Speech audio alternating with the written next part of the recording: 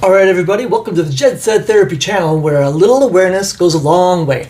My name is Jed Thorpe, licensed therapist, and today we're going to talk about the big what if question in regards to if you're an enabler. Not only that, we're going to define what enabling is, why it's bad, 5 behaviors that enablers do, and lastly, we'll wrap it up with 3 ways that you can break this enabling cycle.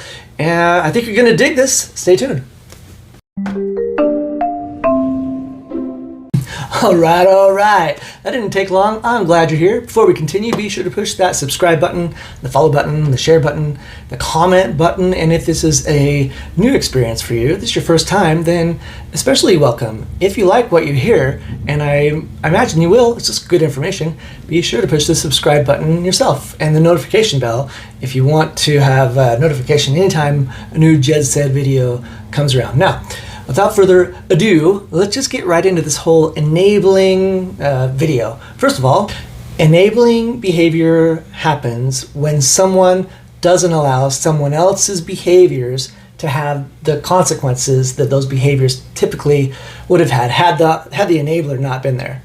The problem is when you do that, the person doesn't change the behavior because they haven't had the negative consequence to urge them into change. And what's wild is, like I said before, the enabler has no idea that they're doing anything wrong, and it's really high chance that they don't even know that they're an enabler. So let's do this. Let's run through 5 enabling behaviors. Why don't we talk about my kids? Because I'm an enabler.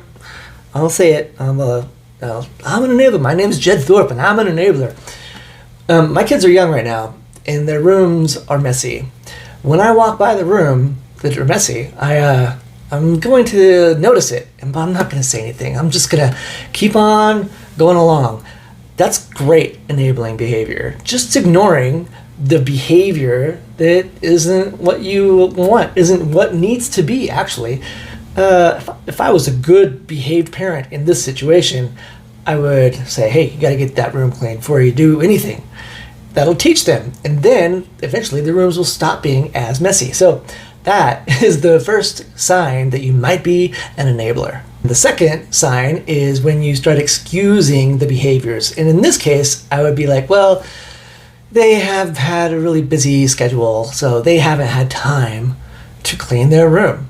So number 2 is you're making excuses for whatever behavior is not conducive to their growth and their personal development, because ultimately that's what the enabler steals from the person that they're enabling.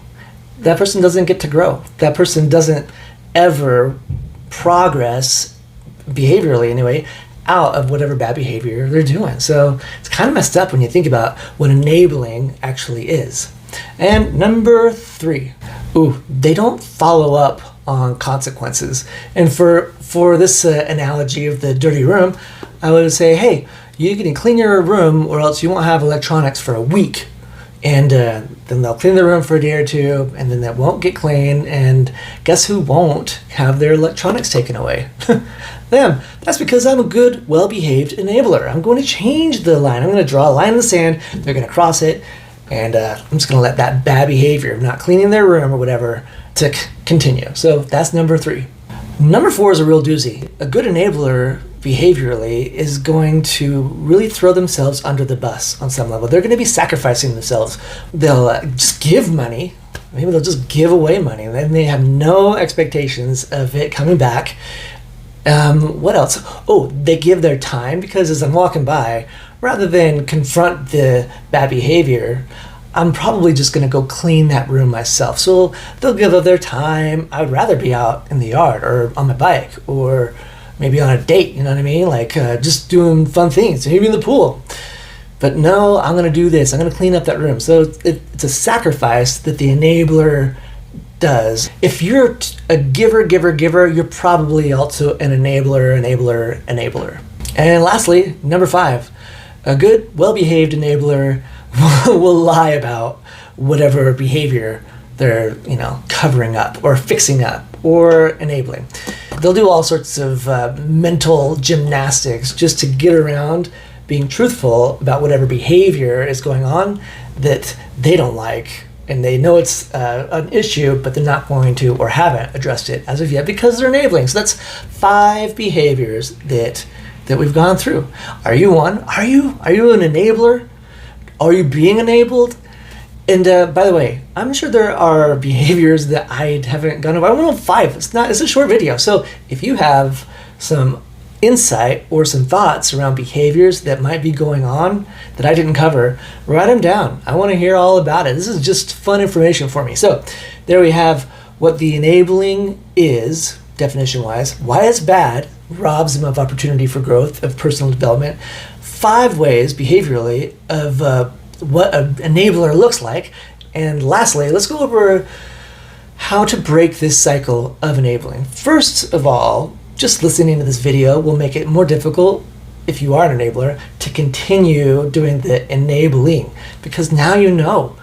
Just talking about it is going to help you be more uncomfortable with the behavior. You didn't know before. You thought you were helping. So that's number 1 in regards to how to break this cycle. For number 2, it's good to figure out what you're getting out of this situation. What am I getting gain-wise from being the enabler? And right away you can say, well, I'm probably conflict avoidant, so I am gaining the option to not be confrontive and not get in an argument. So that's one thing. I'm also gaining that, hey, this person likes me. This person accepts me. This person's not mad at me. You know what I mean? So, although it is contingent, but man, it's nice knowing that people aren't upset with you. So you're getting acceptance. So that's 2. What are some other ones? Oh, you might be getting even a perception from other people that, man, you're a pretty good person. Man, you really are helpful. Look at all the ways that person's messed up their life, and you have helped them get back on their feet, when in actuality, all you've done, this is not fun to hear, but hey, you don't want nice. You can go to your friends and get nice. This is just honest. That's not helping them because it's just taking longer for them to be in this rut behaviorally because they haven't had the consequences bad enough to change the behavior. So there's 3 things you might be getting from the behavior. And number 3 on how to break this cycle is it's going to be more difficult to be an enabler now that you know that enabling is bad. You thought it was helpful. You thought you were empowering. But now you have more awareness around it, and you know that you've actually just been robbing them of opportunities to grow on their own. It's selfish, to be honest. Like, you are selfishly keeping yourself in a place where you're comfortable versus allowing your own discomfort for their growth, their personal development. And yeah, so that's the honesty of it. You maybe you don't want to follow this channel. It might be too real for you. Just get straight to the point. And that is it on the whole enabling. I hope you liked it. I'm going to put a blog on this on the website. You should go check it out. And there's also a lot of other social media links that you can find via the website, www.meaningtolive.com. And until next time, awareness up.